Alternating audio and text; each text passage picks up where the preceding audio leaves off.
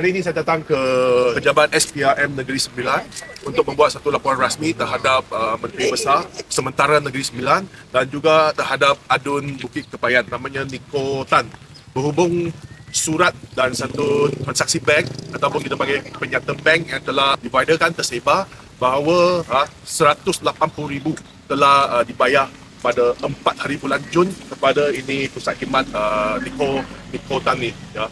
Dan kita nampaklah dalam surat tersebut kan tercatat dengan jelas bahawa wang tersebut adalah untuk kegunaan program ataupun aktiviti kesejahteraan rakyat bagi bulan Julai sampai bulan September. Dan kita semua sedia maklum bahawa Dewan Undangan Negeri di Negeri Sembilan dibubarkan pada 5 Jun. Kan? Selepas DUN dibubarkan, Nico Tan bukan lagi adun ataupun bukan lagi esko. Bagaimana dia boleh menggunakan dana tersebut?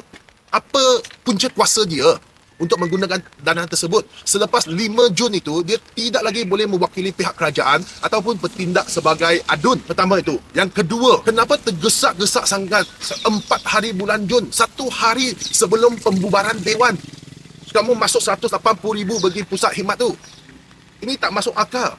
Ini bersifat penyalahguna kuasa, mempunyai unsur penipuan, mempunyai elemen penyelewengan dana. Ini adalah jelas. Sebab selepas bubar dia tidak layak lagi. Dia tidak mempunyai kuasa untuk mewakili kerajaan ataupun menggunakan dana tersebut.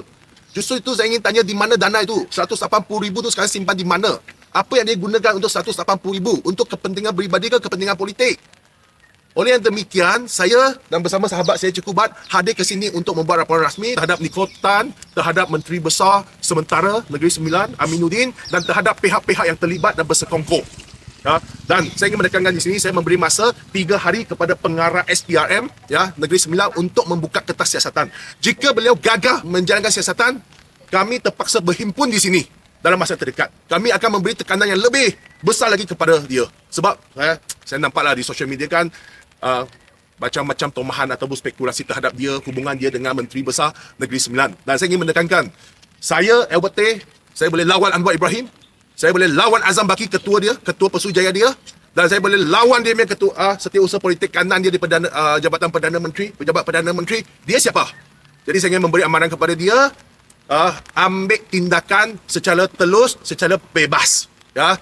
Sebab dalam masa berapa minggu lagi, dalam masa 3 minggu lagi kan penamaan calon sudah. Jadi saya memberikan masa, kita menuntut dalam masa 3 hari lah, membuka kertas siasatan, panggil Menteri Besar sementara ni, panggil Nico Tan ni semualah untuk siasat. Ya, dan jika mendapati mereka melakukan kesalahan yang saya sebut tadi, segera mengheret mereka ke muka pengadilan. Jika ini berlaku kegiatan seperti yang tadi saya sebut tu, berlaku ketika zaman 2018 ke bawah tu, ketika pemerintah Barisan Nasional, saya percaya Anthony Loke di sini, Komeng di sini, mungkin Lee Kuan Yew di sinilah. Ketika itulah. Hanayo depan. Jadi sekarang mereka ni lebih jahat daripada apa yang mereka lawan dulu. Mereka buat benda yang sama, yang lebih teruk bagi saya lah, lebih busuk daripada yang dulu. Mereka masih berani melakukan reformasi. Hari ini saya ingin memberitahu kepada semua, inilah apa yang mereka lakukan ini namanya reformati lah. Reformati, nampak? Inilah namanya reformati. Lebih parah daripada dulu berbanding dengan kerajaan dulu. Reformati! Reformati!